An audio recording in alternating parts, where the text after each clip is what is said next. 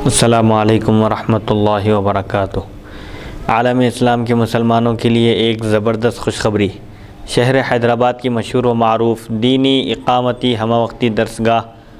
جامعہ انواریہ کے زیر اہتمام قرآن مجید کی تفسیر کے علاوہ احادیث شریفہ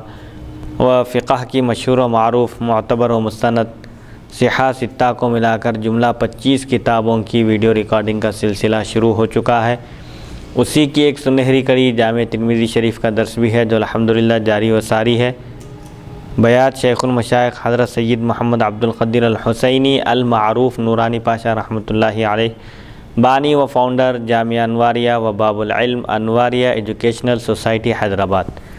سب سے پہلے جیسا کہ ہمارا طریقہ رہا ہے، شروع ہی سے عربی عبارت پڑھی جائے گی، ترجمہ کیا جائے گا اور تشریح بیان کی جائے گی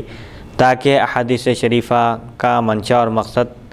سمجھ میں آئے اور شرعی احکام پر ہم آسانی کے ساتھ عمل پیرا ہو سکیں۔ اللہ تعالیٰ سے دعا ہے کہ وہ ہم کو سننے اور سنانے سے زیادہ احادیث شریفہ اور احکام شریعت پر عمل کرنے کی توفیق عطا فرمائے، آمین۔ آج کی یہ دوسری نشست ہے ابواب الاستئذان والآداب، اجازت طلب کرنے کے آداب۔ اگر کوئی کسی سے ملاقات کے لیے جائے تو اس کے گھر میں ایسے ہی گھس نہ جائے بلکہ پہلے دستک دے، بیل بجائے، گھنٹی مارے اور اس سے اجازت طلب کر کے اس کے گھر میں داخل ہو۔ 3 مرتبہ اجازت طلب کرنا چاہیے۔ 3 مرتبہ بھی اگر کوئی جواب نہ آئے، اجازت نہ ملے تو واپس ہو جانا چاہیے۔ حدیث نمبر 2811۔ حدثنا سوید بن نصر حدثنا عبداللہ حدثنا حیوۃ بن شریح اخبرنی ابو ہانی الخولانی عن ابی علی الجنبی عن فضالۃ بن عبید ان رسول اللہ صلی اللہ علیہ وسلم قال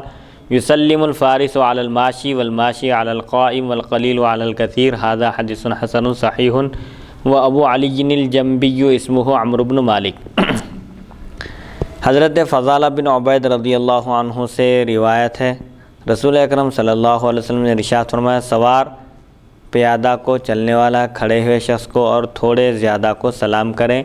یہ حدیث حسن صحیح ہے۔ ابو جنبی کا نام عمرو بن مالک ہے۔ یہ سلام کے آداب بتائے جا رہے ہیں کہ ادب یہ ہے کہ جو سوار ہے، گاڑی پر سوار ہے، گھوڑے پر سوار ہے یا اونٹ پر سوار ہے، کسی سواری پر سوار ہے تو اس کو چاہیے کہ وہ پیدل چلنے والے کو سلام کرے۔ ایک شخص پیدل چل رہا ہے اور ایک سواری پر ہے تو آداب یہ ہیں کہ جو سوار ہے وہ شخص سلام کرے پیدل چلنے والے کو، اور جو چلنے والا ہے کھڑے ہوئے شخص کو سلام کرے۔ مثال کے طور پر ایک شخص آہستہ آہستہ چل رہا ہے، جا رہا ہے سمجھے کہیں، اور ایک شخص کھڑا ہوا ہے تو کھڑے ہوئے شخص کو، چلنے والا شخص جو چل رہا ہے اس کو سلام کرنا چاہیے، کھڑے ہوئے شخص کو سلام کرے۔ اور اگر 2 گروپ ہیں تو جو چھوٹا گروپ ہے جس میں افراد کی تعداد کم ہے وہ گروپ اس گروپ کو سلام کرے جس میں افراد کی تعداد زیادہ ہے، میجارٹی جس میں ہے اس کو سلام کرے۔ یہ آداب ہیں سلام کے۔ تاہم یہ بھی بات بتائی گئی ہے کہ سلام میں پہل کرنا یہ تکبر سے، غرور سے محفوظ اور پاک ہونے کی نشانی ہے، اسی لیے سلام میں پہل کرنا چاہیے، چاہے چھوٹا ہو یا بڑا ہو۔ امتیاز یہ نہیں کرنا چاہیے کہ وہ مجھ سے چھوٹا ہے، یہ نہیں دیکھنا چاہیے، بلکہ سلام کرنے میں پہل کرنا چاہیے۔ آداب سکھانے کے لیے چھوٹے بچوں کو بھی سلام کیا جا سکتا ہے تاکہ ان کو سلام کرنے کی عادت ہو۔ حدیث نمبر 2812۔ حدثنا سوید بن نصر حدثنا عبداللہ بن مبارک حدثنا معمر عن حمام بن منبہ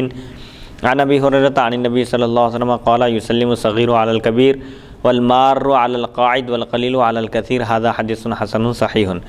حضرت ابو ہریرہ رضی اللہ عنہ سے روایت ہے، رسول اکرم صلی اللہ علیہ وسلم نے ارشاد فرمایا، چھوٹے بڑوں کو، چلنے والا بیٹھے ہوئے شخص کو اور تھوڑے زیادہ کو سلام کریں۔ یہ حدیث حسن صحیح ہے۔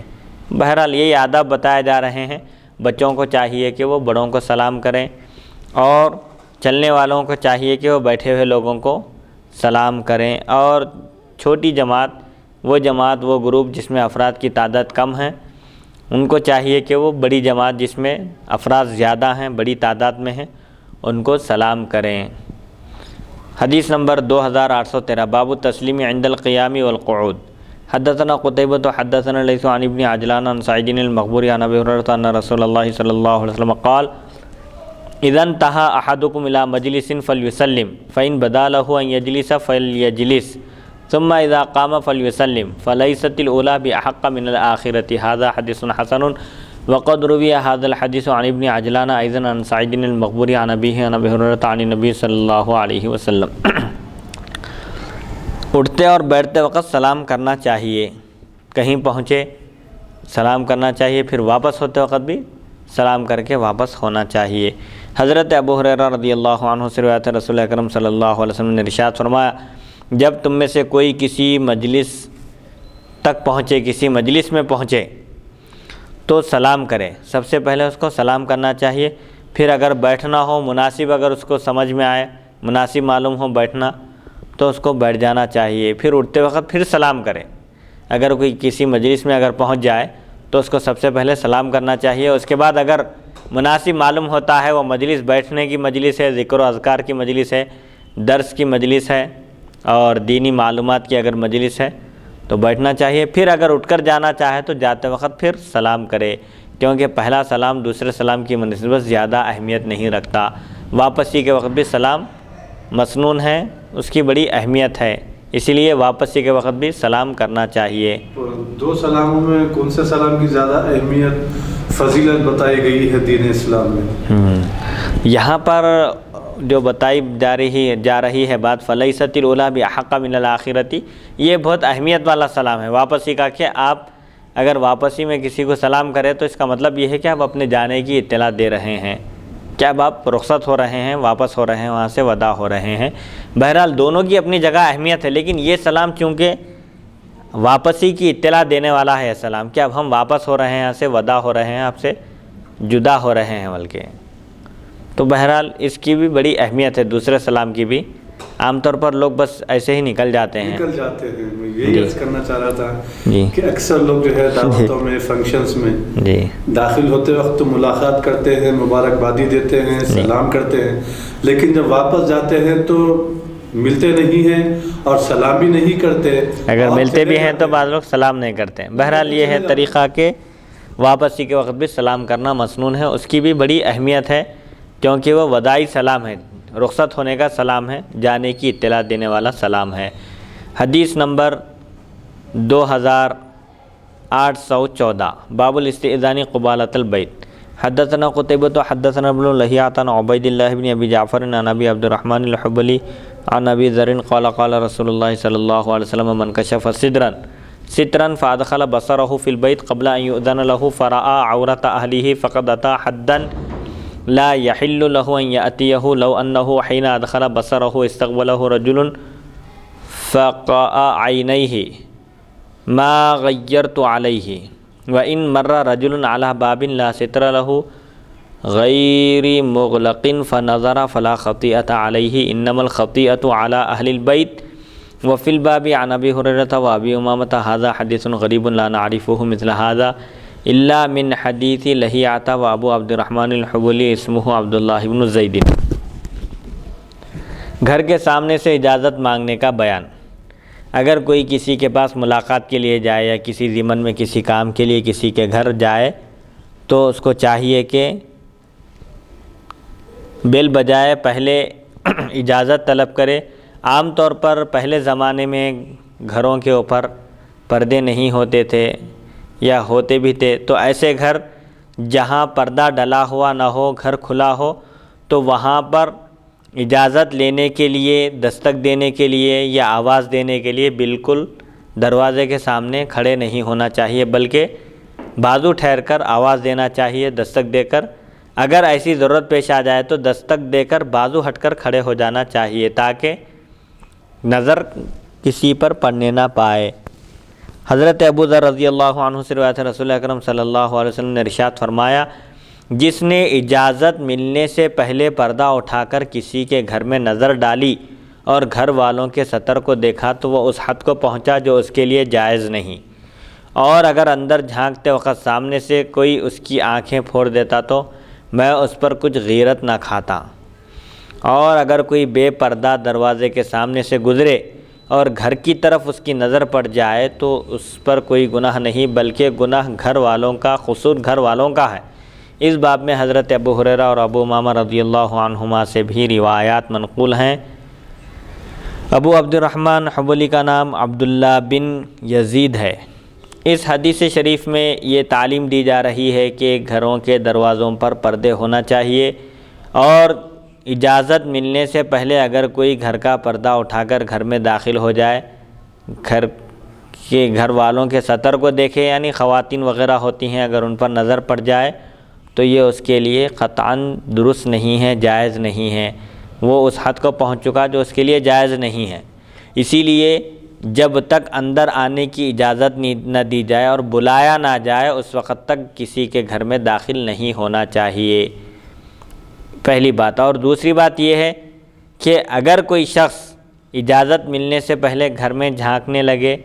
چاہے پردے کے پیچھے سے ہو یا پردہ ہٹا کر ہو یا کھڑکی میں سے، اگر ایسے وقت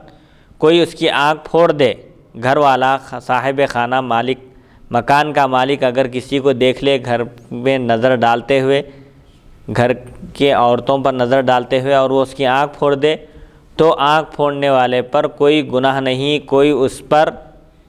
حد جاری نہیں کی جائے گی، اور اس پر کوئی جرمانہ بھی عائد نہیں کیا جائے گا۔ پھر اور ایک بات اس میں یہ بتائی جا رہی ہے کہ جن گھروں پر پردے نہیں ہوتے، دروازے کے سامنے سے اگر کوئی گزرے اور اس کی نظر پڑ جائے گھر والوں پر، تو اس شخص کا کوئی قصور نہیں ہے، قصور گھر والوں کا ہے، گناہ گھر والوں کا ہوگا جو پردے کا اہتمام نہیں کیے۔ اسی لیے گھر کے دروازوں کو پردہ لگا کر رکھنا چاہیے تاکہ لوگوں کی نظر نہ پڑے۔ اگر پردہ نہ ہو اور کسی کی نظر پڑ جائے تو یہ پردہ نہ ڈالنے والوں کا قصور ہے، ان کو گناہ ہوگا، جس کی نظر پڑ جائے اس کو کوئی گناہ نہیں ہوگا، کیونکہ وہ وہاں سے گزر رہا ہے، اس کا مقصد عمدن دیکھنا نہیں ہے، نظر پڑ جاتی ہے۔ اسی لیے گھر والوں کو چاہیے کہ وہ گوشے اور پردے کا اہتمام کرے اور پردے لگا کر رکھے تاکہ کسی کی نظر نہ پڑے۔ حدیث نمبر 2815، باب من اطلع فی دار قوم بغیر اذنہم۔ حدثنا بندار حدثنا عبد الوهاب الثقفي عن حميد بن انس ان النبي صلى الله عليه وسلم كان في بيته فاطلع عليه رجل فاهوى اليه بمشقص فتاخر الرجل، هذا حدیث حسن صحیح۔ یہ بیان ہے اس شخص کا جو کسی قوم کے گھر میں جھانکے ان کی اجازت کے بغیر، جب تک اندر آنے کی اجازت نہ ملے، کسی کو آنے کے لیے نہ کہا جائے اجازت طلب کرنے پر، اس وقت تک اس کو گھر میں داخل نہیں ہونا چاہیے اور ادھر ادھر سے جھانکنا بھی نہیں چاہیے۔ حضرت انس رضی اللہ عنہ سے روایت ہے، رسول اکرم صلی اللہ علیہ وسلم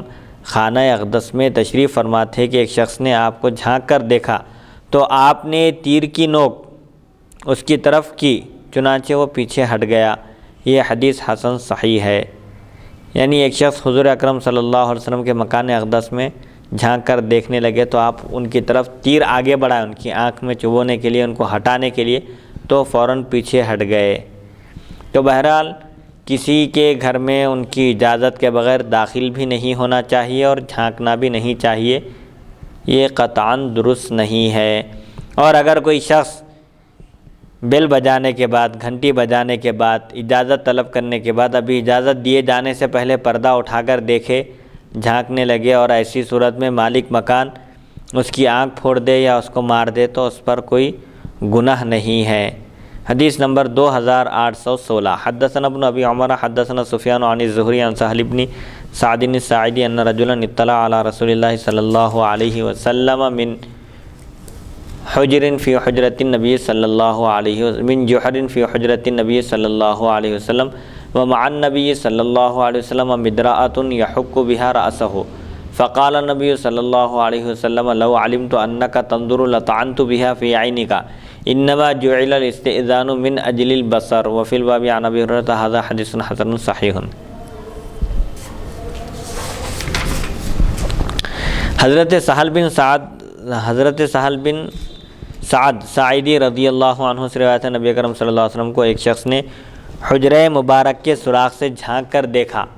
تو آپ لوہے کی کنگھی سے سر مبارک کھجا رہے تھے۔ فرمایا اگر مجھے معلوم ہوتا کہ تم دیکھ رہے ہو تو اس سے میں تمہاری آنکھ پھوڑ دیتا، تمہاری آنکھ میں یہ چبو دیتا۔ نظر سے بچانے کے لیے ہی تو اجازت طلب کرنے کا حکم ہے۔ ستر عورت پر، گھر کی خواتین پر، عورتوں پر کسی کی نظر نہیں پڑنا چاہیے، اسی لیے اجازت کا حکم دیا گیا کہ کسی کے گھر میں بغیر اجازت مت گھس جاؤ، کسی کے بھی گھر میں اس کی اجازت کے بغیر، اس کے بلانے تک مت جاؤ گھر میں۔ تو استئذان، اجازت طلب کرنے کی حکمت، مصلحت، علت یہ ہے کہ لوگوں کی نظر سے خواتین کو، اہل خانہ کو بچانا ہے، ان پر نظر نہیں پڑنا چاہیے، اسی لیے اجازت کا حکم دیا گیا۔ یہ آداب بھی بتائے جا رہے ہیں اسلام میں کہ گھروں کے دروازوں پر پردے ہونا چاہیے، اور اگر کسی کے گھر کے دروازے پر پردہ نہ ہو اور خواتین نظر آ جائیں گزرنے والوں کو، تو گزرنے والوں کا قصور نہیں ہے، اس میں گناہ ان کو نہیں بلکہ جو پردے کا اہتمام نہیں کیے ان کو گناہ ہوگا، مواخذہ ان کا ہوگا، گرفت ان کی ہوگی۔ اور اگر ایسا کسی کا گھر ہے جہاں پر پردہ نہ ہو تو اس میں آداب یہ بتائے گئے ہیں کہ گھر کے دروازے کے سامنے جا کر اجازت نہیں طلب کرنا چاہیے، بلکہ سائیڈ میں ٹھہر کر، بازو کھڑے ہو کر اجازت طلب کرنا چاہیے۔ اگر آواز نہیں جاتی ہے تو دروازے کے سامنے کھڑے ہو کر آواز دے کر فوراً بازو ہٹ جانا چاہیے۔ حدیث نمبر 2817، باب التسلیم قبل الاستئذان۔ حدثنا سفیان بن وکیع حدثنا روح بن عبادة عن ابن جریج قال اخبرني عمرو بن ابی سفیان ان عمرو بن عبد الله بن صفوان اخبره ان کلدة بن حنبل اخبره ان صفوان بن امیۃ بعثه بلبن ولباء وضغابیس الى النبی صلی اللہ علیہ وسلم والنبی صلی اللہ علیہ وسلم بأعلى الوادی قال فدخلت علیہ ولم استأذن ولم اسلم فقال النبی صلی اللہ علیہ وسلم ارجع فقل السلام علیکم ادخل وذلك بعدما اسلم صفوان قال عمرو اخبرني بهذا الحديث امیۃ بن صفوان ولم يقل سمعته من کلدة هذا حدیث حسن غریب لا نعرفه الا من حدیث ابن جریج ورواه ابو عاصم ايضا عن ابن جریج مثل هذا۔ پہلے سلام پھر اجازت طلب کرنے کا بیان۔ پہلے سلام کرنا چاہیے پھر اجازت طلب کرنا چاہیے، خالی اجازت طلب کر کے بھی گھسنا نہیں ہے گھر میں، بلکہ پہلے سلام کر کے اس کے بعد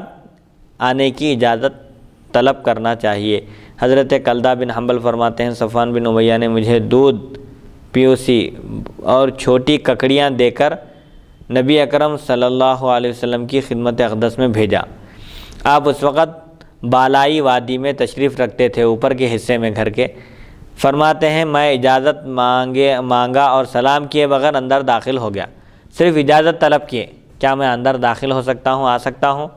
پوچھے اور سلام کیے بغیر چلے گئے بس اجازت طلب کر کے۔ تو رسول اکرم صلی اللہ علیہ وسلم نے ارشاد فرمایا واپس جاؤ اور کہو السلام علیکم، کیا میں آ سکتا ہوں، یعنی پہلے سلام کرنا، سلام کر کے اس کے بعد پھر پوچھنا چاہیے کیا میں آ سکتا ہوں۔ یہ واقعہ حضرت صفوان کے اسلام لانے کے بعد کا ہے۔ عمر کہتے ہیں مجھے یہ حدیث امیہ بن صفوان نے بتائی، لیکن انہوں نے یہ نہیں کہا کہ میں نے کلدہ سے سنا، یہ حدیث حسن غریب ہے، ہم اسے صرف ابن جریج کی روایت سے جانتے ہیں، ابو عاصم نے بھی ابن جریج سے اس کی مثل حدیث نقل کی ہے۔ بہرحال یہ آداب بتائے جا رہے ہیں کہ سلام کرنا چاہیے پھر اجازت طلب کرنا چاہیے، خالی اجازت طلب کر کے نہیں جانا چاہیے بلکہ پہلے سلام پھر اجازت۔ حدیث نمبر 2818، حدثنا سوید بن نصر اخبرنا عبداللہ بن المبارک اخبرنا شعبۃ محمد بن المنکدر عن جابر قال استأذنت على النبي صلی اللہ علیہ وسلم في دین كان على ابي فقال من هذا فقلت انا فقال انا كأنه كره ذلك هذا حدیث حسن صحیح۔ حضرت جابر رضی اللہ عنہ سے روایت ہے، فرماتے ہیں میں نے ایک قرض کے سلسلے میں جو میرے والد پر تھا حضور اکرم صلی اللہ علیہ وسلم سے اندر آنے کی اجازت طلب کی، مانگی، آپ نے فرمایا کون ہے؟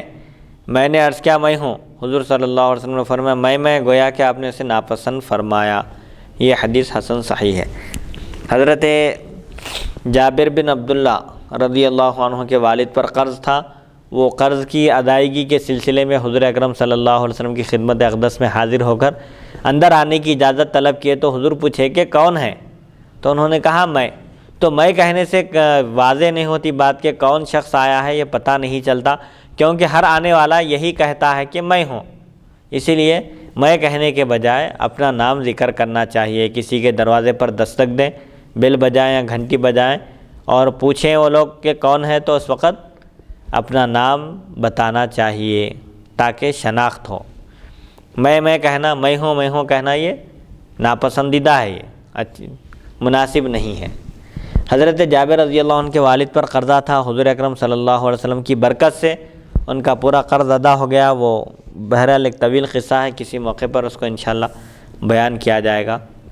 حدیث نمبر 2819۔ مفتی صاحب اس میں یہ ایک سوال ہے، جیسا کہ حدیث نمبر 814 میں جو گزرا ہے کہ گھروں میں پردہ جو ہے لگانا چاہیے، پردے کا اہتمام کرنا چاہیے، اور کوئی شخص بغیر اجازت پردہ اٹھا کر اگر جھانکتا ہے تو گناہ ہے، اور پردہ اٹھا کر جھانکنے سے منع کیا گیا ہے۔ اور ستر عورت سے مراد جو ہے، جیسا کہ عورتوں کی سطر دیکھنے کی جو احادیث شریف میں بات بتائی گئی ہے، تو ستر عورت سے مراد وہاں پر چہرہ مراد ہے یا عورتوں کے جسم کے وہ حصے جو شریعت میں جس کو دیکھنے سے منع کیا گیا ہے، یہ وہ حصہ دیکھنا مراد ہے؟ عام طور پر گھر میں عورتیں برقعے میں نہیں ہوتی، کیونکہ وہ گھر ہے، کام کاج رہتا ہے، باورچی خانے میں رہتے، برتن دھوتے رہتے ہیں عورتیں، اور کپڑے دھونے کا مسئلہ رہتا، تو صرف شوہر کو اجازت ہے اس کا جسم دیکھنے کی، ستر عورت وغیرہ جو بھی چیزیں ہیں، لیکن محرم بھی ہے تو محرم کے لیے بھی حدود ہے کہ کون سے حصے دیکھ سکتا ہے۔ اب عام طور پر جو عورتوں کے لیے جو زینت باہر بھی اگر نکلیں تو جو چیز چھپانے کی نہیں ہے وہ صرف دونوں آنکھیں ہیں بس، چہرہ بھی حجاب میں ہے اور دونوں ہاتھ ہیں اور دونوں پیر ہیں بس۔ اس میں بھی احتیاط اور تقوی کا تقاضا یہ ہے کہ عورتیں اگر ہاتھوں میں دستانے پہن کر اور پیروں میں پیتابیں پہن کر اس کو بھی چھپا سکتی ہیں، تو یہ اور بہت زیادہ اچھی بات ہے ستر کی۔ تو اب باہر کے آدمی جو آنے والے ہیں وہ یا تو محرم ہوں گے یا غیر محرم ہوں گے، اسی لیے اب ستر سے مراد یہ ستر نہیں ہے جیسے عام طور پر ستر کا جو مفہوم سمجھ میں آتا ہے، یہاں پر مراد یہ ہے کہ عورتیں گھر کے اندر ہوتی ہیں تو ظاہر بات ہے وہ اوڑھی ہوئی نہیں رہتی، بے تکلفی ہوتی ہے، اور کام کاج کے لیے اگر بن سور کر رہیں گے یا پورے اہتمام کے ساتھ رہیں گے تو کام کاج نہیں کر سکتے، برتن دھونے کے لیے وغیرہ دوسرے کاموں کے لیے اوڑھنی وغیرہ نکال دینا پڑتا ہے عورتوں کو۔ ایسی صورت میں کوئی آ جائے تو بال بھی عورت کے ستر میں داخل ہے، بال بھی چھپانے کی چیز ہے، دکھانے کی نہیں، تو اسی لیے یہ حکم دیا گیا۔ اب جیسے کوئی گھر کے ایسے لوگ آ رہے ہیں خاندان کے جن سے بھی پردہ کرنے کی ضرورت ہے، تو ظاہر بات ہے وہ لوگ آواز دے کر آئیں گے تو فوراً چوکنا ہو جاتے، اوڑھنی اوڑھ لیتے سر پہ، بہرحال جس حالت میں بھی اس حالت میں نہیں رہتے، اہتمام کر لیتے، یا نہیں کر سکتے تو ذرا ہٹ جاتے وہاں سے۔ یہ اس لیے اجازت طلب کرنے کا حکم دیا گیا، اجازت طلب کے بغیر نہیں جانا ہے کسی کے بھی گھر میں۔ مفتی صاحب یہ جو عورتیں جو یعنی عورتوں کے بال ستر میں ہیں تو یہ واجب میں ہیں یا مستحب میں ہیں، کس حکم میں ہے؟ واجب ہے۔ عورتیں کیا ہیں کیونکہ وہ دیور جو ہے ہوتے ہیں گھر میں اور جوائنٹ فیملی ہوتی ہے، خیر دیور ہے الگ بات ہے، کیونکہ جوائنٹ فیملی ہونے کی وجہ سے مسلسل آپ اہتمام کرنے میں آپ کو دشواری ہوتی ہے، تکلف ہوتا ہے، تکلیف ہو جاتی ہے کہ ہر سیکنڈ دیور آتے ہیں جاتے ہیں دیور وغیرہ۔ جوائنٹ فیملی ہے تو جوائنٹ فیملی میں کیا ہمیشہ اوڑھنی اوڑھ کے رہنا ضروری ہے؟ کیا ہمیشہ جو ہے نا ستر عورت جیسا کہ بال جو نظر نہیں آنا ہے اور بال بھی جو ہے ستر میں ہے، تو کیا ہر لمحہ ہر گھڑی بال بھی چھپانا ضروری ہے جبکہ جوائنٹ فیملی ہے؟ اب کتنا بلکہ عورتیں جو ہے اوڑھنی وغیرہ اوڑھ کر رہیں گے؟ اہتمام تو کرنا ہے، کیونکہ چچیرے بھائیوں سے، خلیرے بھائیوں سے، ممیرے بھائیوں سے، دیور تو حضور سے جب پوچھا گیا دیور کے بارے میں الحمو الموت فرمایا حضور، دیور موت ہے، دیور سے بھی گوشہ پردہ کرنا ہے۔ اب چونکہ ہندوستان میں اب ویسا ماحول اور ویسا رواج نہیں ہے، شرعاً دیکھا جائے تو دیور سے بھی پردہ کرنا ہے۔ اور دیور سے پردہ کرنے کا جو حکم دیا گیا، جو اور ایک حدیث میں آئے کہ غالباً اس کا مفہوم یہ ہے مفتی صاحب کے حضور سرور عالم صلی اللہ علیہ وسلم مبارک ہے کہ دیور دوزخ بول کے بھی آیا، جی دیور دوزخ بھی ہے، کچھ ایسا مفہوم ہے اس حدیث میں۔ ایک حدیث جو میرے ذہن میں ہے الحمو الموت فرمایا حضور، یہ تو ہے موت ہے جی جی، اور ایک کچھ ایسا مفہوم ہے اس کا جی۔ تو اس میں یہ دیور کی جو بات جو یہ اسٹریٹجی ہے، یہ جو حضور صلی اللہ علیہ وسلم فرمائے کہ دیور موت ہے، اس کی وجہ یہ ہے کہ شوہر جب باہر ہوتا ہے جی تو دیور کو معلوم ہوتا ہے کہ شوہر کی آنے کی جانے کی ٹائمنگ کیا ہے جی، اگر خدا نخواستہ کوئی جیسے ناجائز تعلقات پیدا ہو جائے جی تو زنا کاری اور حرام کاری کے راستے آسان ہو جاتے ہیں دیور کے لیے، جی، اور ولا بالفرض اگر دیور سے حمل بھی تھڑ جائے، ولا بالفرض اگر حمل بھی تھڑ جاتا ہے تو پہچاننا مشکل ہے یہ اولاد کس کی ہے. تو قربان جائے دین اسلام پر. ہائے ہائے ہائے کیا ارشاد مبارک ہے میرے آقا علیہ الصلوۃ والسلام کا کہ دیور موت ہے. موت کا مطلب یہ ہے وہاں پر کہ گھر میں کون افراد کب آتے ہیں، کس کی ٹائمنگ کیا ہے گھر میں آنے کی، وہ تمام ٹائمنگ سے اوقات سے جو ہے دیور واقف ہوتا ہے. گھر کا ہر فرد معلوم ہوتا ہے کہ بھائی بھائی یہ ٹائمنگ پر آتے ہیں، یہ ٹائمنگ پر آتے ہیں، والدہ فلاں ٹائمنگ پر جو ہے وہ فلاں جو ہے کام کے لیے وہ بھی جاتی ہیں، اور بابا جان سرکار بھی فلاں کام کے لیے جاتے ہیں، فلاں جو ہے ٹائم پر وہ نہیں ہوتے ہیں. اور بھائی صاحب کی اگر کال سینٹر میں نائٹ ڈیوٹی ہے اور تمام گھر کے افراد سوئے ہوئے ہوتے ہیں، تو ایسے مختلف قسم کے جو ہے اسی لیے اسلام ایسے تمام راستوں کو بند کر دیتا ہے جس کی وجہ سے بدکاری کے ہونے کا امکان ہو. اسی لیے بہت سخت احکامات دیے گئے ہیں پردے کے، اور شوہر کے لیے، دیور کے لیے، جیٹ کے لیے، سب کے لیے. حتیٰ کہ چچیرے بھائیوں سے، خلیرے بھائیوں سے، ممیرے بھائیوں سے، پھپھیرے بھائیوں سے جن سے نکاح جائز ہے، جو غیر محرم ہیں، ان سے بھی پردہ کرنے کا حکم ہے. اگرچہ کہ یہاں پر ایسا عمل نہیں کرتے ہیں لوگ، لیکن احکام تو ہے، شرعی احکام. بعض جگہ کرتے بھی ہیں، بعض لوگ بہت احتیاط کرتے ہیں اور بہت سختی کے ساتھ ان چیزوں پر عمل کرتے ہیں. ضرورت ہے ان چیزوں پر عمل کرنے کی، کیونکہ یہ جو مسائل پیدا ہوتے ہیں نظر پڑنے کے بعد ہی انسان کے دل میں خیالات آتے ہیں، اور پھر وہ آخر میں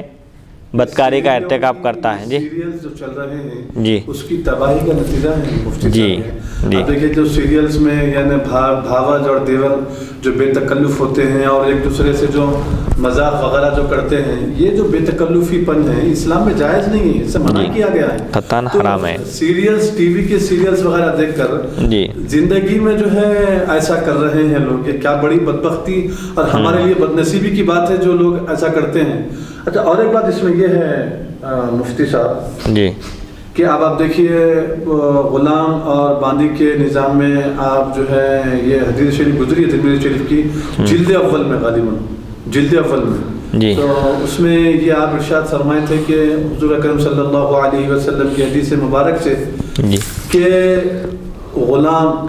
جو ہے 3 اوقات کے علاوہ بغیر اجازت بھی گھر میں داخل ہو سکتا ہے. غلام یعنی وہ اوقات جو دوپہر کا وقت ہوتا ہے، گرمی کی شدت کی وجہ سے جو ہے نا مطلب اہتمام نہیں کرتے ہیں اوڑھنے وغیرہ کا، برل جو بھی ہے، تو 3 اوقات یا 2 اوقات بھی جیسے بتائے گئے ہیں جس میں غلام کو اجازت لے کے اندر داخل ہونا چاہیے. غلام کو، کیونکہ وہ بار بار آتا جاتا ہے، اس کی وجہ سے جو ابھی غلام کو جب بے تکلف اندر داخل ہونے کی اجازت دی گئی ہے 2 وقت کے علاوہ، ان 2 اوقات میں جو ہے 2 اوقات ایسے ہیں جس میں وہ اجازت لے کر ہی اندر داخل ہو سکتا ہے. اگر اجازت نہ دی جائے تو پھر وہ گھر میں داخل نہیں ہو سکتا، اس کا داخل ہونا منع ہے دین اسلام میں. تو جب دیور کا یعنی غلام سے زیادہ مقام اور مرتبہ دیور کا ہے نا شریعت میں، تو اب تو غلام باندیوں کا سسٹم نہیں ہے، ایک الگ شکل ہے. لیکن پھر یہ جو مطلب اس میں ایسا آپس میں غلام کے لیے بھی نہیں ہے ویسا، جب بولے جوانے کا باندیوں کے لیے ہے. عورتوں کے لیے کوئی مسئلہ نہیں ہے، کبھی بھی آ سکتے، کبھی بھی جا سکتے، باندیاں، نوکرانیاں. ہاں، غلاموں کے لیے نہیں ہے، ورنہ غلاموں سے ہی پردہ کرنا ہے، عورتوں کو غلاموں سے بھی پردہ کرنا ہے. اچھا، پھر اس میں اور ایک یہ بات جو آپ بتائیں، حدیث نمبر 2814 میں آپ یہ ارشاد فرمائیں مفتی صاحب کے اس میں جو ہے اگر وہ لوگ جو پردے کا اہتمام نہیں کرتے، اگر کوئی شخص کی نظر ان کے گھر پر پڑ جائے، یا وہ قصداً ارادے سے دیکھ لے یا پھر بغیر ارادے کی نظر پڑ جائے، تو گناہ اس پر نہیں ہوگا بلکہ گھر والوں پر ہوگا. ایسے ہی اگر وہ برقع پہن کر یا پردے کا اہتمام نہیں کر کے وہ گھر سے باہر نکلتی ہیں، اگر کسی کی نظر ان پر پڑ جائے یا کوئی ان کو اگر دیکھتا ہے تو گنہگار وہ شخص نہیں ہوگا بلکہ گنہگار ایسی عورتیں ہوں گی جو پردے کا اہتمام نہیں کرتی ہیں. تو اب اس میں جو ہے بعض ہمارے نوجوان طبقہ جو ہے، ارے تو میری بہن کو گھور کے کیسا دیکھا، تیری ہمت کیسا ہوئی، تیری مجال کیسا ہوئی بول کے جو ہے بس اوقات تو کئی ایسے واقعات ہو کہ لوگ قتل کر دیے ہیں جی۔ تو میرا ان بھائیوں سے میری گزارش ہے، ان بھائیوں سے کہ جو لوگ ایسا جو ہے جذبات میں آ کر جو ہے نا مطلب جو چیز کو سمجھداری سے، مصلحت سے، محبت سے سمجھا کر سلجھا کر جو ہے اس کو منع کر سکتے ہیں، روک سکتے ہیں جی، یا بہت سارے طریقے ہیں جی، لیکن سیدھا سیدھا جو مارم توڑی اور قتل تک نوبت آپ پہنچتی ہے اس کی وجہ بھی ہے جی۔ تو سب سے پہلے گھر میں ہم اپنے بچوں کو تعلیم ایسا دینا چاہیے کہ وہ پردے کا اہتمام کیے بغیر گھر کے باہر نہ نکلیں جی۔ اور جو گھر کے باہر آپ پردے کا اہتمام کر کے نہیں نکلیں گے تو لازمات ہے آپ کو چھیڑیں گے، آپ سے مذاق کریں گے، ٹھاٹا کریں گے، گھور کے دیکھیں گے، آپ کا نمبر دیجیے، نمبر لیجیے بولیں گے، اس قسم کی باتیں تو ہوتی ہی ہیں نا جی۔ اس میں جو ہے کہ گھر کے اوپر اگر پردہ ڈلا ہوا نہ ہو دروازے پر، یہ کب ہے؟ گزر رہے ہیں تو خود بخود نظر آ رہا، آپ نیچے دیکھ کے تو نہیں چل سکیں گے نا۔ ہاں اب ایسا گھر ہے، دروازہ اس طرف ہے، آپ جا رہے ہیں، ایسا کوئی شخص ایسا جا رہا ہے، دروازہ ادھر ہے، تو اب ایسا نہیں دیکھنا اور پلٹ کے ادھر، اب ایسا سامنے ہی گھر ہے، دروازہ ہے، اب جا رہے ہیں تو نظر آ رہے ہیں کیسا بھی تو یہ مراد ہے وہاں پر۔ ایسا نہیں کہ ادھر سائڈ میں ہے، دائیں جانب یا بائیں جانب ہے، لیکن جاتے وقت پورے طرف دیکھتے ہوئے جا رہا ہے، یہ غلط ہے۔ یہ غلط ہے۔ اور پھر وہ عورتیں جی جو پردے کا اہتمام کر کے نہیں نکلتی، تب بھی حکم یہ ہے مومنوں کو اور مومنات، مسلمان مردوں کو، مسلمان عورتوں کو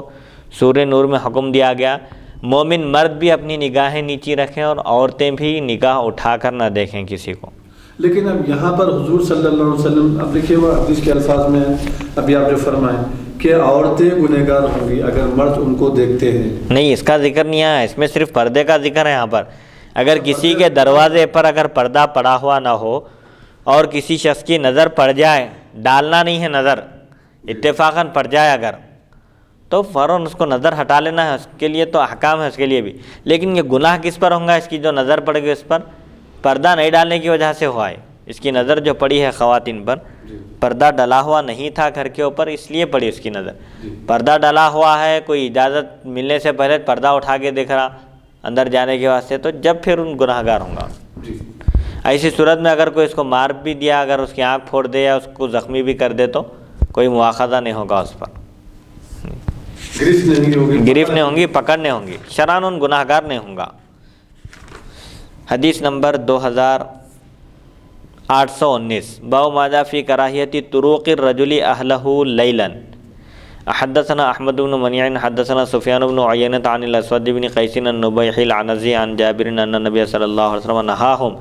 ان یطرقوا النساء لیلا وفی الباب عن انس وابن عمر وابن عباس هذا حدیث حسن صحیح وقد روی من غیر وجہ عن جابر عن النبی صلی اللہ علیہ وسلم وقد روی عن ابن عباس ان النبی صلی اللہ علیہ وسلم نہاہم ان یطوقوا النساء لیلا ان یطرقوا النساء لیلا قال فطرق رجلان بعد نہی رسول اللہ صلی اللہ علیہ وسلم فوجد كل واحد منہما مع امرأته رجلا۔ سفر سے رات کے وقت گھر پہنچنا مکروہ ہے، پسندیدہ نہیں ہے۔ حضرت جابر رضی اللہ عنہ سے روایت ہے کہ نبی اکرم صلی اللہ علیہ وسلم نے صحابہ کرام کو سفر سے اپنی عورتوں کے پاس رات کے وقت آنے سے منع فرمایا۔ اس باب میں حضرت انس، ابن عباس رضی اللہ عنہ سے بھی روایات مذکور ہیں۔ یہ حدیث حسن صحیح ہے اور حضرت جابر رضی اللہ عنہ سے کئی سندوں سے مرفوعاً مروی ہے۔ حضرت ابن عباس رضی اللہ عنہما سے روایت ہے رسول اکرم صلی اللہ علیہ وسلم نے انہیں سفر سے اپنی عورتوں کے پاس رات کے وقت آنے سے منع فرمایا۔ اس کے بعد یعنی منع کرنے کے بعد سفر سے رات کے وقت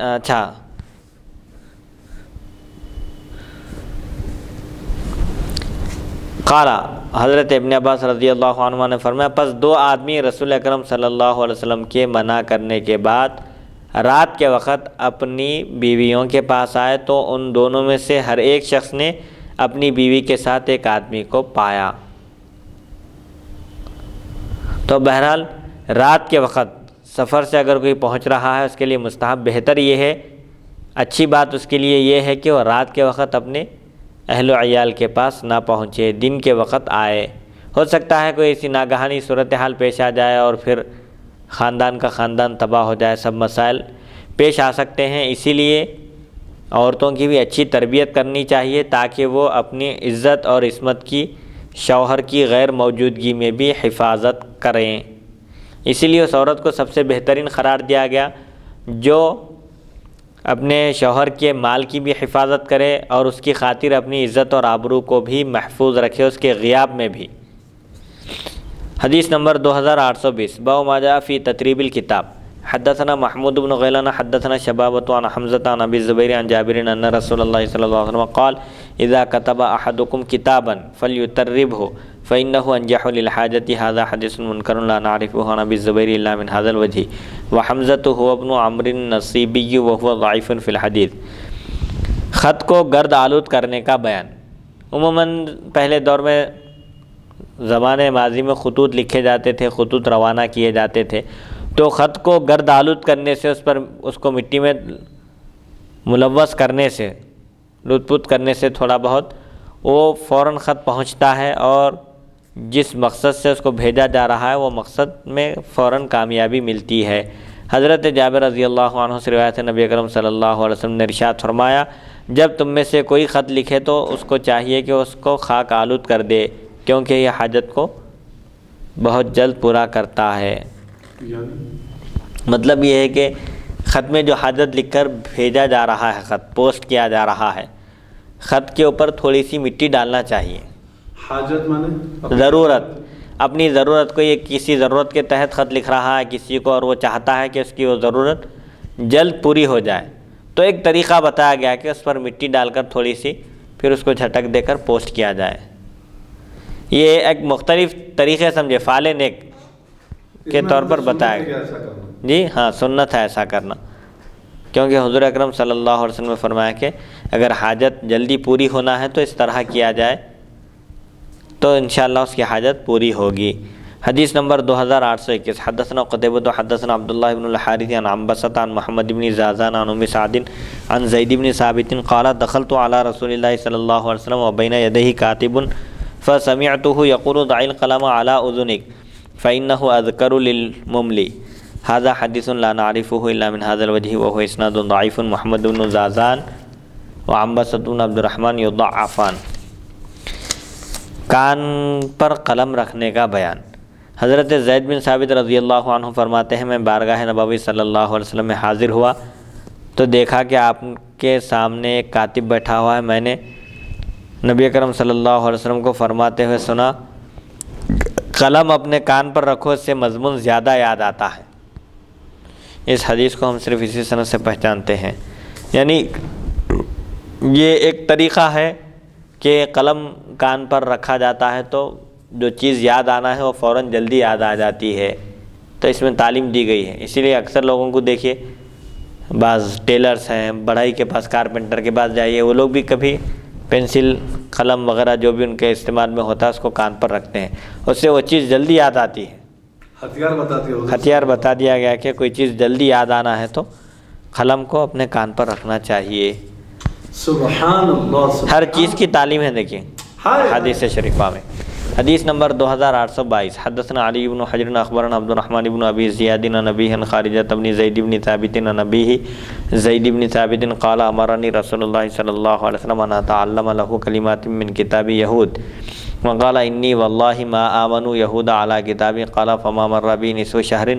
حتی تعلمته له قال فلما تعلمته كان اذا كتب الى یہود كتبت الیہم واذا كتبوا الیہ قرأت له کتابهم هذا حدیث حسن صحیح وقد روی من غیر هذا الوجه عن زید بن ثابت وقد رواه الاعمش عن ثابت بن عبید عن زید بن ثابت یقول امرنی رسول اللہ صلی اللہ علیہ وسلم ان اتعلم السریانیۃ۔ سریانی زبان کی تعلیم کا بیان۔ یہودیوں کی زبان ہے سریانی، تو قرآن مجید میں اللہ تعالیٰ ارشاد فرماتا ہے اعوذ باللہ من الشیطان الرجیم ومن آیاتہ خلق السماوات والارض واختلاف السنتکم والوانکم۔ اللہ کی نشانیوں میں سے ہے آسمانوں اور زمین کو پیدا کیا جانا اور تمہاری زبانوں کا اختلاف اور تمہارے رنگ اور نسل کا اختلاف، یہ بھی اللہ کی نشانیوں میں سے ہے۔ لہذا زبان کوئی بری نہیں ہے، زبان سیکھی جا سکتی ہے، شرعاً اجازت ہے۔ جس زبان میں تبلیغ اور دعوت کرنے کی ضرورت ہے وہاں کے لوگ جو زبان سمجھتے ہیں، جہاں ہم تبلیغ کرنا چاہتے ہیں تو زبان کو سیکھنا بھی ضروری ہے۔ زبان سیکھنے میں کوئی حرج نہیں ہے، بلکہ حضور اکرم صلی اللہ علیہ وسلم نے حضرت زید بن ثابت رضی اللہ عنہ کو سریانی زبان سیکھنے کا حکم فرمایا، کیونکہ یہودی سریانی زبان میں خط لکھتے تھے۔ تو حضور اکرم صلی اللہ علیہ وسلم فرماتے ہیں مجھے یہود پر اطمینان نہیں ہے، اعتماد نہیں ہے، وہ غلط بیانی سے بھی کام لے سکتے ہیں، اسی لیے کوئی ایک اس زبان کو سیکھنا چاہیے۔ چنانچہ حضرت زید بن ثابت رضی اللہ عنہ فرماتے ہیں مجھے نبی اکرم صلی اللہ علیہ وسلم نے حکم فرمایا کہ میرے لیے یہودیوں کی کتاب سے چند کلمات سیکھو، اور فرمایا خدا کی قسم مجھے یہودیوں پر اپنے خط کے بارے میں کچھ بھروسہ اعتماد نہیں۔ حضرت زید فرماتے ہیں، زید بن ثابت کاتبان وحی میں سے ہیں، آپ فرماتے ہیں میں نے نصف مہینے کے اندر اندر وہ زبان سیکھ لی، آدھا مہینہ بھی نہیں گزرا، 15 دن بھی نہیں گزرے، سریانی زبان آپ نے سیکھ لی۔ اس کے بعد جب حضور اکرم صلی اللہ علیہ وسلم یہود کی طرف لکھنے کا ارادہ فرماتے تو میں ہی لکھتا تھا، جب یہود کو خط لکھنا ہوتا تو حضور اکرم صلی اللہ علیہ وسلم مجھے حکم فرماتے تو میں لکھتا، اور اگر ان کی طرف سے کوئی خط آتا تو میں ہی پڑھ کر حضور اکرم صلی اللہ علیہ وسلم کو سناتا تھا۔ یہ حدیث حسن صحیح ہے اور زید بن ثابت سے دوسری سندوں سے بھی مروی ہے۔ اعمش نے بھی اسے بواس ثابت بن عبید حضرت زید بن ثابت رضی اللہ عنہ سے روایت کیا ہے کہ حضور اکرم صلی اللہ علیہ وسلم نے مجھے سریانی زبان سیکھنے کا حکم ارشاد فرمایا تھا۔ بہرحال حضرت زید بن ثابت رضی اللہ عنہ کو حضور اکرم صلی اللہ علیہ وسلم نے یہودیوں کی زبان سیکھنے کی تاکید فرمائی تو انہوں نے 15 دن کے اندر اندر وہ زبان سیکھ لی، جس سے سہولت ہو گئی یہودیوں کو خطوط لکھنے کے لیے، اور ان کی طرف سے اگر خطوط آتے تو یہی صحابی ان خطوط کا مضمون پڑھ کر سناتے تھے۔ تو اب اس حدیث شریف کی روشنی میں ہر دور کے تقاضوں کو ملحوظ رکھتے ہوئے، پیش نظر رکھتے ہوئے علماء کو بھی چاہیے کہ وہ اپنے زمانے کے تقاضوں سے اپنے آپ کو لیس کریں، ہم آہنگ ہو جائیں، تہذیب میں دنیا کے ڈھل جانے کے بجائے دنیا کو اور دنیا والوں کو اسلامی تہذیب میں ڈھالنے کی کوشش کریں۔ لیکن آج کا دور بالکل الٹا ہو چکا ہے، لوگ اپنے آپ کو اور اپنے نفس کو شریعت کے تابع کرنے کے اور فتوے کے موافق کرنے کے بجائے یہ چاہتے ہیں کہ شریعت ان کے خواہشات نفس کے مطابق ہو جائے، حالانکہ ضرورت اس بات کی ہے کہ ہم اپنے خواہشات نفس کو شرعی احکام کے پابند کریں، شرعی احکام کے تابع کریں۔ اس کے بجائے لوگ شرعی احکام کی پابندی کرنے کے بجائے یا شرعی احکام کے مطابق چلنے کے بجائے یہ چاہتے ہیں کہ شرعی احکام ان کی خواہشات نفس کے مطابق ہو جائیں۔ ایسا ہرگز نہیں ہو سکتا، بلکہ اصلاح کی ضرورت ہے، عوام الناس کی بھی اصلاح کی ضرورت ہے اور علماء کے لیے بھی اصلاح کی ضرورت ہے۔ بہرحال ہر فیلڈ میں، ہر میدان میں دعوت دین پہنچانے کے لیے عوام الناس تک جو لوگ دین اسلام سے واقف نہیں ہیں، غیر مسلم ہیں، ان کے درمیان دعوت کا فریضہ انجام دینے کے لیے ان کی زبان بھی سیکھنے کی سخت ضرورت ہے، تاکہ تیلگو زبان میں یا وہ جو زبان جانتے ہیں اس زبان میں اسلام کی خوبیوں کو ان کے سامنے بیان کیا جا سکے۔ اس حدیث شریف سے یہ بات معلوم ہوتی ہے کہ ہر زمانے کے جو تقاضے ہوتے ہیں ان تقاضوں کو ملحوظ رکھا جا سکتا ہے، اور ان تقاضوں کے مطابق علماء کو اور جو دعوت اور ارشاد کا کام کرنے والے ہیں ان کو ان ہتھیاروں سے لیس کیا جا سکتا ہے جن ہتھیاروں کی اس زمانے میں ضرورت ہو۔ اب جیسے موجودہ زمانے میں اس سے دین کا پیغام پہنچایا جا سکتا ہے، حکم دیا جا رہا ہے، کرنا چاہیے۔ اگر ہم اختیار نہیں کریں گے تو لوگ یہی چیزوں کو اختیار کر کے ہمارے دین اسلام کا پیغام وہ اپنے مرضی منشے کے مطابق لوگوں تک پہنچائیں گے۔ ہاں، اب جیسے موجودہ زمانے میں انگلش زبان بہت اہمیت کی حامل ہو گئی ہے، کیونکہ جو ایجوکیٹڈ جو طبقہ ہے، تعلیم یافتہ، اکثر مسلمان خود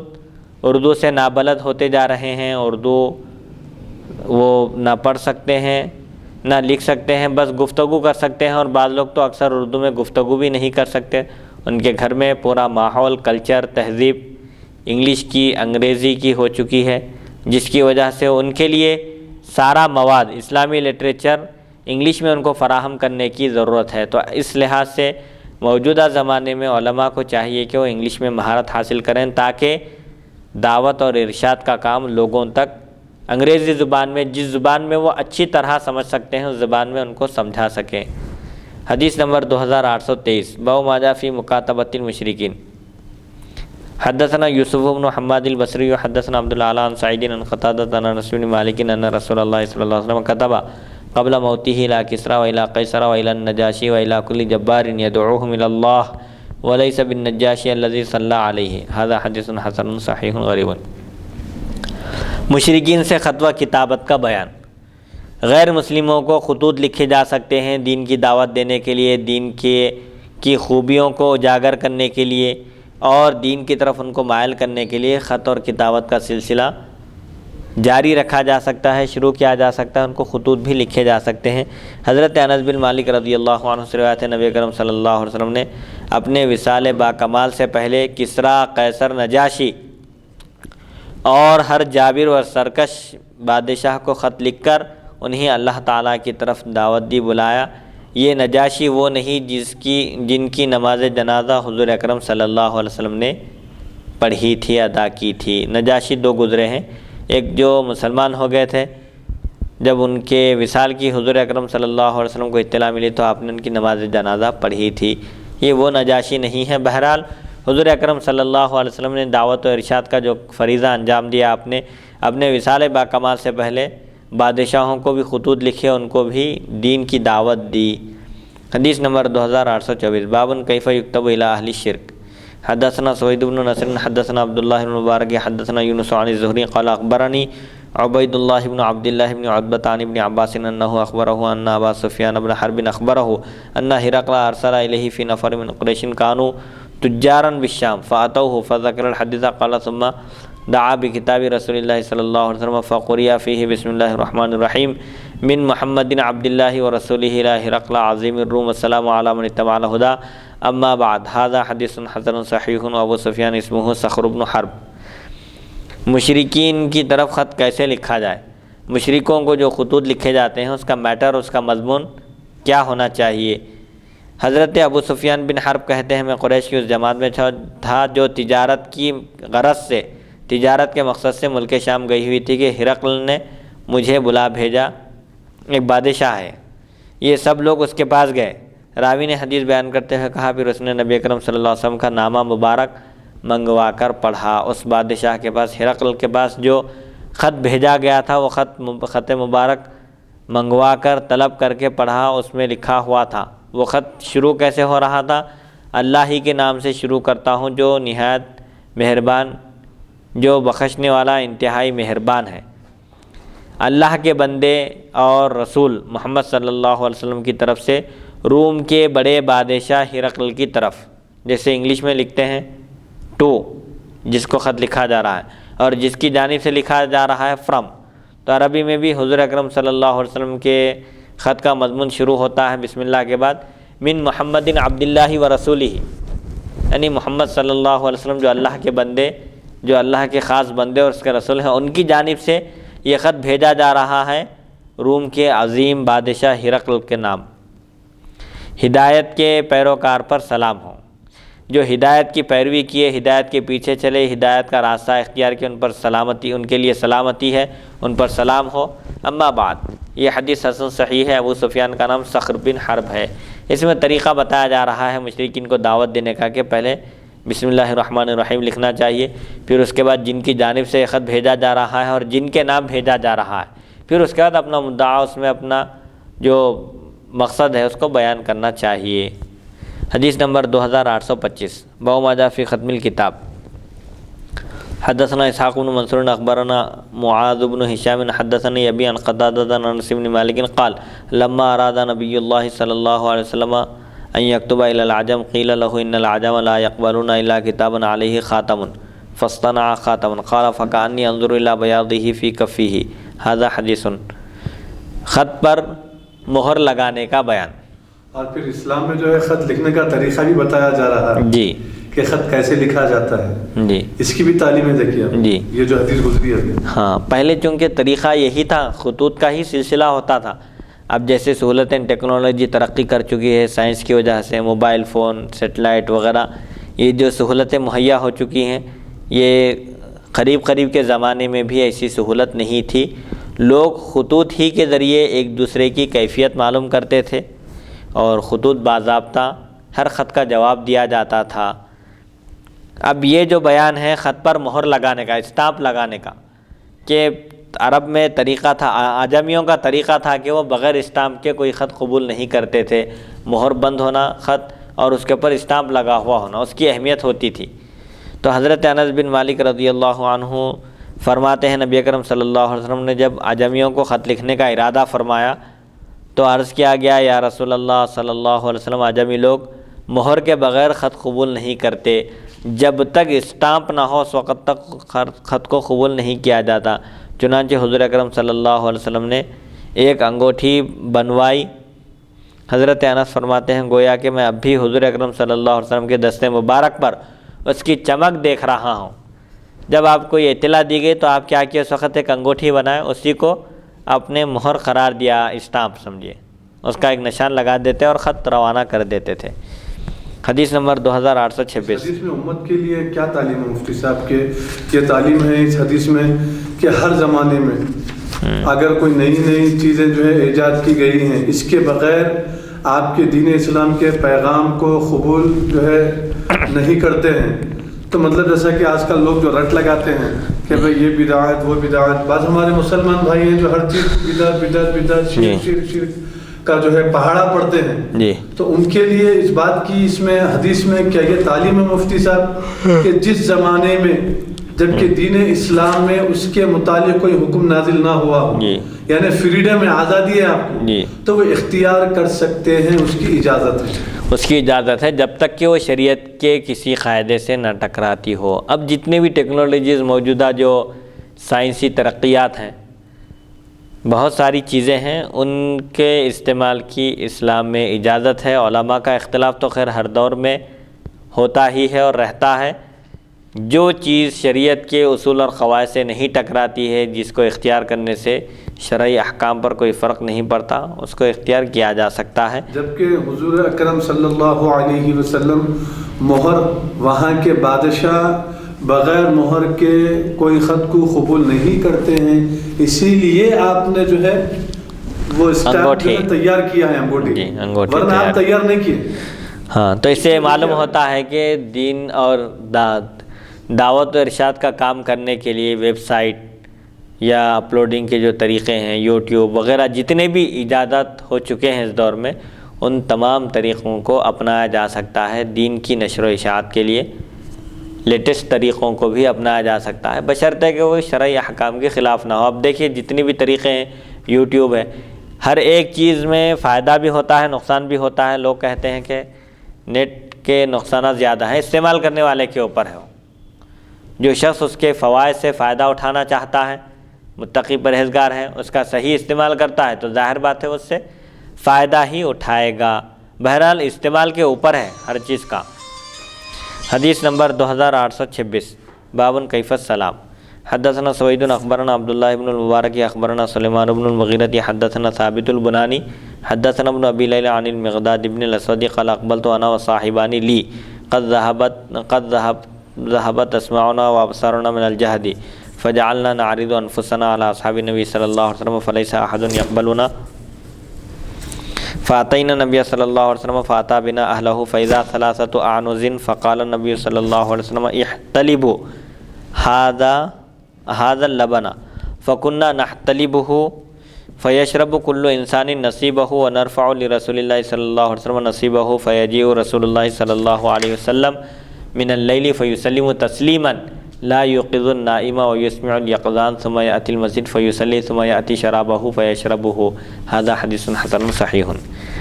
سلام کا طریقہ بتایا جا رہا ہے، اور اتنی بہترین تعلیم ہے اس حدیث شریف میں کہ اگر لوگ اس کو اختیار کر لیں تو پورا معاشرہ، خاندان، قبیلہ سب امن اور سکون کا گہوارہ بن سکتا ہے۔ حضرت مقداد بن اسود رضی اللہ عنہ فرماتے ہیں میں اور میرے دو ساتھی مدینہ شریف حاضر ہوئے، بھوک کی وجہ سے ہماری آنکھیں اور کان جواب دے چکے تھے، نہ دکھائی دے رہا تھا نہ ہی کچھ سنائی دے رہا تھا۔ ہم اپنے آپ کو صحابہ کرام کے سامنے پیش کرنے لگے، لیکن ہمیں کوئی بھی قبول نہیں کرتا تھا۔ حالات ایسے نہیں تھے کہ کوئی کسی کی مدد کرے یا کسی کو کھانا کھلائے، بہرحال انہوں نے اپنے آپ کو صحابہ پر پیش کیا لیکن کوئی بھی قبول نہیں کیا۔ مطلب یہ ہے کہ ہو سکتا ہے کہ ان کے پاس بھی کوئی چیز کھلانے کے لیے ان کو عطا کرنے کے لیے نہیں تھی۔ بہرحال یہی کیفیت تھی، چنانچہ ہم حضور اکرم صلی اللہ علیہ وسلم کی خدمت اقدس میں حاضر ہوئے تو آپ ہمیں اپنے گھر لے گئے۔ وہاں 3 بکریاں تھیں۔ نبی اکرم صلی اللہ علیہ وسلم نے ارشاد فرمایا ان کا دودھ نتھارو، 3 بکریوں کا، ہم ان کا دودھ دوہتے اور ہر ایک اپنے حصے کا دودھ پی لیتا اور حضور اکرم صلی اللہ علیہ وسلم کا حصہ بھی اٹھا کر رکھ دیا جاتا۔ رات کے وقت نبی اکرم صلی اللہ علیہ وسلم تشریف لائے تو اس طرح سلام کرتے کہ سونے والے نہ جاگتے اور جاگنے والے سن لیتے۔ یہ ہے دیکھیے، سبحان اللہ، گھر میں آئے، لوگ سو رہے ہیں، کچھ لوگ آرام کر رہے ہیں اور کچھ لوگ کام کر رہے ہیں، کوئی پڑھ رہے ہیں، مطالعہ کر رہے ہیں۔ بہرحال اتنی آواز میں سلام کرنا چاہیے کہ جو سو رہے ہیں وہ ان کے نیند میں خلل نہیں ہونا چاہیے اور جو جاگ رہے ہیں ان کے کانوں تک آواز پہنچنا چاہیے۔ تو پھر اب اس میں امت کے لیے یہ بھی تعلیم ہے، جب سلام جیسی چیز جس کو کرنے سے آپ کو نیکی ملے گی، ثواب ملے گا، اللہ و رسول آپ سے راضی ہو جائیں گے، خوش ہو جائیں گے، تو ایسی چیز کو دھیمی آواز میں کرنے کا حکم دیا جا رہا ہے۔ ایسی دھیمی آواز ہو کہ سونے والے کو تکلیف نہ ہو اور جاگنے والا سلام کا جواب دے، ان تک وہ آواز پہنچنا چاہیے۔ تو جب سلام کے لیے یہ احتیاط کرنے کا حکم دیا جا رہا ہے تو پھر جب ہم اس کے علاوہ جو گفتگو کرتے ہیں، بات چیت کرتے ہیں، جو گھروں میں جو سوتے ہیں، آرام کرتے ہیں، ان کا ہم خیال نہیں کرتے اور جو ہے اونچی آواز میں جو ہے باتیں کرتے ہیں، لاؤڈ ساؤنڈ میں گفتگو کرتے ہیں، باتیں کرتے ہیں، جس سے سونے والے کی نیند میں خلل پیدا ہوتا ہے، تو اس سے منع کیا گیا ہے۔ جی، کیا تعلیم ہے اسلام! ہائے ہائے ہائے! تو حضور اکرم صلی اللہ علیہ وسلم جب تشریف لاتے تو سلام کرتے اس طرح کے سونے والے جاگتے نہیں اور جاگنے والے سن لیتے۔ پھر مسجد میں تشریف لے جاتے، نماز پڑھتے اور پھر دوبارہ تشریف لا کر دودھ نوش فرماتے اپنے حصے کا۔ تو بہرحال اس میں بھی یہ تعلیم دیکھیے، حضور اکرم صلی اللہ علیہ وسلم کی جود و سخا اور آپ کی داد و دہش کہ آپ کیسا عطا کرنے والے ہیں، لوگوں کی کیسی حاجت روائی کرنے والے ہیں۔ صحابہ کے پاس اپنے آپ کو پیش کیے، کون؟ مقداد بن اسود اور ان کے 2 ساتھی، لیکن صحابہ بھی چونکہ قبول کرنے کے موقف میں نہیں تھے، لیکن حضور اکرم صلی اللہ علیہ وسلم انہیں اپنے ساتھ اپنے گھر لے گئے اور ان کے لیے غذا کا بھی، آپ نے کھانے کا بھی اہتمام فرمایا۔ اور یہ بھی معلوم ہوتا ہے کہ اگر کوئی چیز پارٹنرشپ میں ہو دوستوں کے درمیان تو خود ہی پورا نہیں کھا جانا چاہیے، بلکہ ہر ایک کا حصہ اس کو ملنا چاہیے۔ اگر کوئی موجود نہ ہو تو اس کا حصہ اٹھا کر رکھنا چاہیے، اس کا خیال کرنا چاہیے۔ حدیث نمبر 2827، باب ما جاء فی کراہیۃ تسلیم علی من یبول۔ حدثنا بندار و نصر بن علی قال حدثنا احمد الزبیر عن سفیان عن الضحاک بن عثمان عن نافع عن ابن عمر ان رجلا سلم علی النبی صلی اللہ علیہ وسلم وهو یبول فلم يرد علیہ النبی صلی اللہ علیہ وسلم السلام۔ حدثنا محمد بن یحیی النسابوری حدثنا محمد بن یوسف عن سفیان عن الضحاک بن عثمان بهذا الاسناد نحوه وفي الباب عن علقمة بن الفغواء وجابر والبراء ومهاجر بن قنفذ هذا حدیث حسن صحیح۔ پیشاب کرنے والے کو سلام کرنا مکروہ ہے۔ ایک شخص ہے جو ضرورت سے فارغ ہو رہا ہے یا ضرورت کو گیا ہوا ہے، اس کو سلام کرنا مکروہ ہے، درست نہیں ہے۔ حضرت ابن عمر رضی اللہ عنہما سے روایت ہے، ایک شخص نے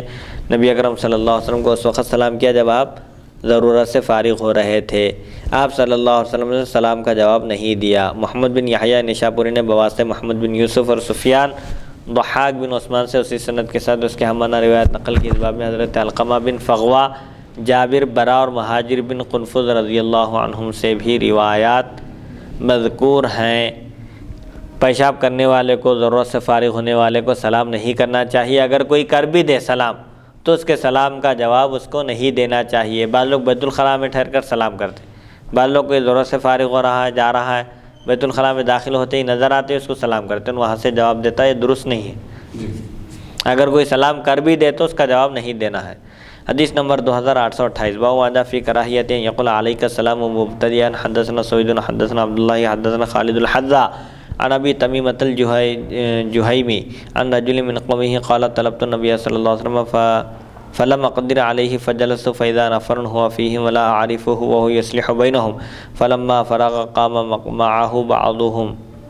فقالوا یا رسول اللہ فلما رأیت ذلك قلت علیک السلام یا رسول اللہ علیک السلام یا رسول اللہ علیک السلام یا رسول اللہ قال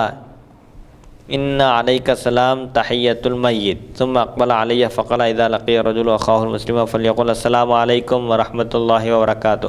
ثم رد علی نبی صلی اللہ علیہ وسلم قال وعلیک ورحمۃ اللہ وعلیک ورحمۃ اللہ وقد روى هذا الحديث ابو غفار عن ابي تميمة الحجمي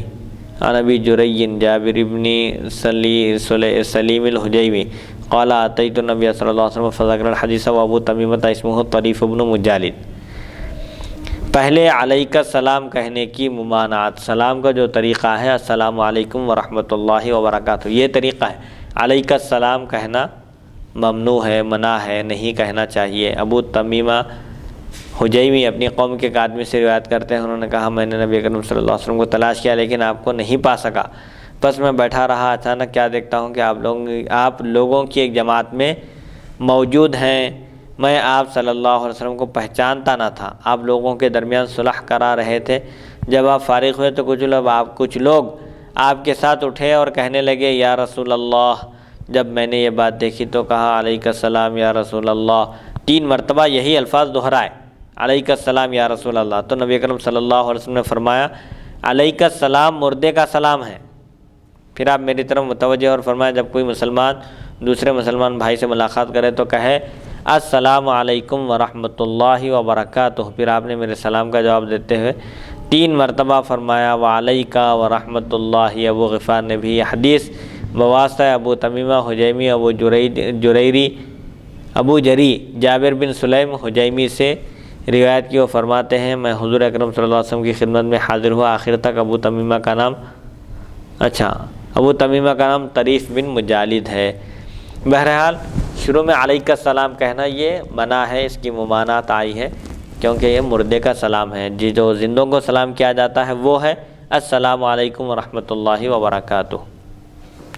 حدیث نمبر 2829 حدثنا بذلك الحسن بن علی حدثنا ابو اسامہ عن ابی غفار المثنى بن سعید الطائی عن ابی تمیمۃ الحجیمی عن جابر بن سلیم قال اتیت النبی صلی اللہ علیہ وسلم فقلت علیک السلام فقال لا تقل علیک السلام ولكن قل السلام علیک وذکر قصۃ طویلۃ هذا حدیث حسن صحیح۔ حضرت جابر بن سلیم رضی اللہ عنہ فرماتے ہیں میں نے بارگاہ نبوی صلی اللہ علیہ وسلم میں حاضر ہو کر عرض کیا علیک السلام، آپ صلی اللہ علیہ وسلم نے فرمایا علیک السلام نہ کہو بلکہ السلام علیکم کہو۔ حدیث نمبر 2830 حدثنا اسحاق بن منصور حدثنا عبد الصمد بن عبد الوارث حدثنا عبد الله بن المثنى حدثنا ثمامة بن عبد الله عن انس بن مالك ان رسول الله صلى الله عليه وسلم كان اذا سلم ثلاثا واذا تكلم بكلمة اعادها ثلاثا هذا حديث حسن غریب صحیح۔ حضرت انس بن مالک رضی اللہ عنہ سے روایت ہے نبی اکرم صلی اللہ علیہ وسلم سلام کرتے تو 3 مرتبہ کرتے اور جب کوئی بات بیان فرماتے تو اسے بھی 3 مرتبہ دہراتے، مکرر ارشاد فرماتے۔ یہ حدیث حسن غریب صحیح ہے۔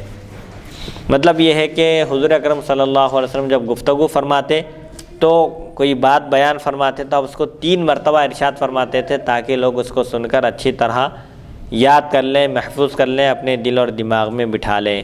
اللہ تعالیٰ سے دعا ہے کہ وہ ہم کو سننے اور سنانے سے زیادہ احادیث شریفہ پر عمل کرنے کی توفیق عطا فرمائے۔ آمین۔ وصلی اللہ تعالیٰ علی خیر خلقہ سیدنا محمد و آلہ و صحبہ اجمعین والحمد للہ رب العالمین۔